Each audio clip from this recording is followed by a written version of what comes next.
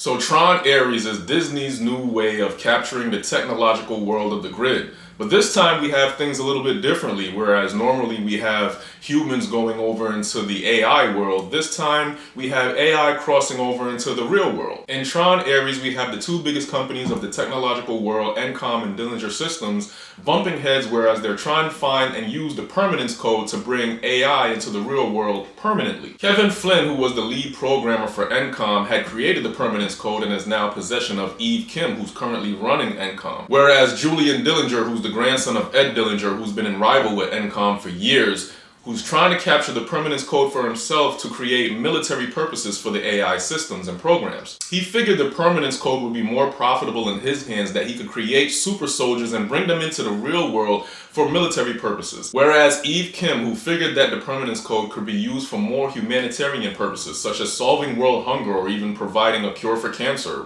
creating cures for new diseases. So Julian decides to create the ultimate program known as Ares, who's the new master controller of the grid, and use Ares to kill Kim into the real world and capture the permanence code for himself. This, of course, leads into a series of unfortunate events. Now, this movie is everything you know about Tron except for a few missing factors, where we used to have like the life cycle races, or we used to have AI battling it out, for life and death. In this, it's mainly about AI crossing over into the real world and trying to become human permanently. I have nothing against the direction of this movie and where this movie is deciding to go, except for a few things that bothers me, because I'm so used to seeing, Tron in its element, where we had like those life cycle races. Now we have real life cycle chases. In this movie, we see a lot of those, and it's really not bad, but it's not the same coming from everything we know and love about Tron. I had to watch this movie and realize this is not like the old Tron movies. We didn't even have Tron in this one. We had Ares, so it's a completely different,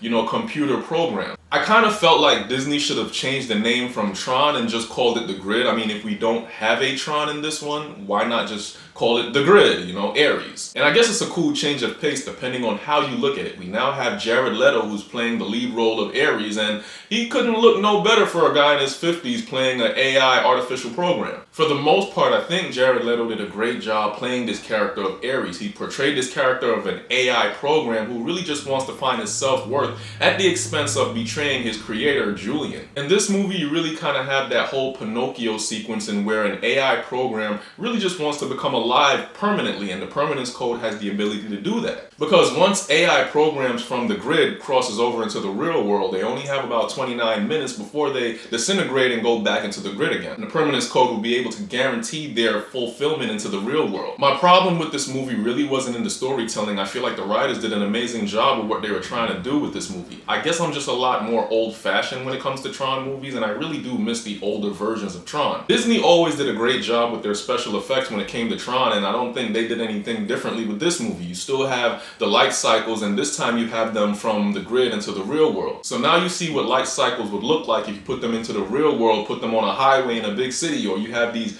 big mechanical robots that are shooting lights in the air and having dogfights in the sky. And I really did like this movie, and I enjoyed a lot of the action sequences in this movie, and I feel like they did a pretty good job. Like I said, if you're new to Tron, I think you'll like this movie where it comes into the, action sequences. I don't feel like you'll enjoy it if you're so much a fan of Tron, or you might, depending on how you view the Tron universe. The first half of this movie I felt was a little bit slow, but once Ares starts to actually lean into the real world and decides that he wants to become human, and once you start seeing more action sequences take place, where I feel like that's where the movie really does shine with their action pieces, I think the movie starts to catch up more in the second and third half of the movie. One thing I will say about this movie that did a lot for me was the sound and musical score. I really enjoyed the rave kind of house music mixed together. By most of these scenes felt like it was something out of Project X. Even if you didn't enjoy the action scenes in this movie, I feel like you couldn't deny the musical score and how a lot of that rave music was just building up a lot of these scenes to create something dynamic and just interesting. I feel like this is Disney's attempt to kind of change Tron and go into a whole different direction from what they're used to. And if you're a Tron fan,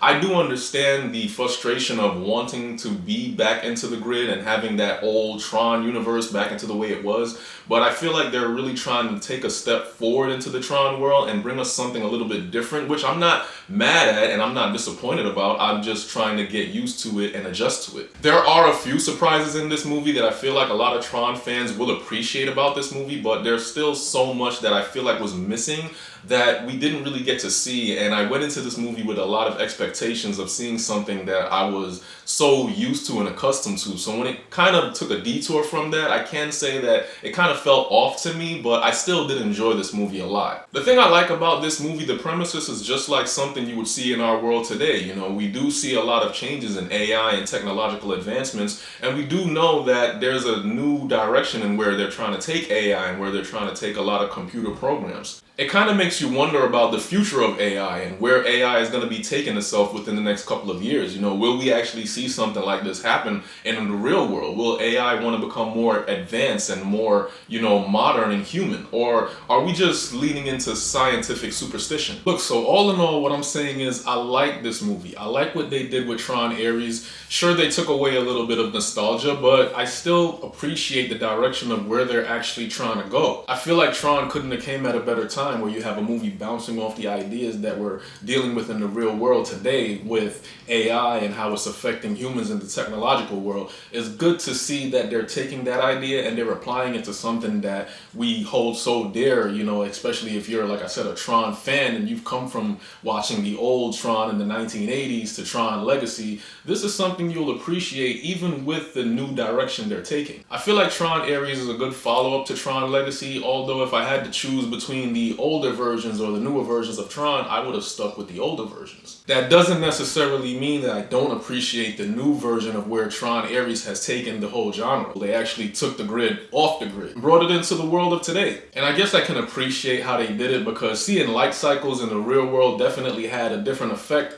as a grown-up compared to when I saw light cycles on the grid when I was just a kid. Either way, I feel like Tron is one of those movies that Disney flexes their ability to show how far their CGI has become. Because if you're looking for good CGI in the old-fashioned light cycles, then this movie is definitely for you. Or if it makes you feel like going to a rage party or a frat party right after, then I suggest you go for it. But what you think? Did you guys see Tron Ares? Let me know how you feel about it. Please like and subscribe this video, as it'll help grow the channel. And once again, remember guys, it ain't cinema if it ain't absolute cinema. Till next time, take it easy.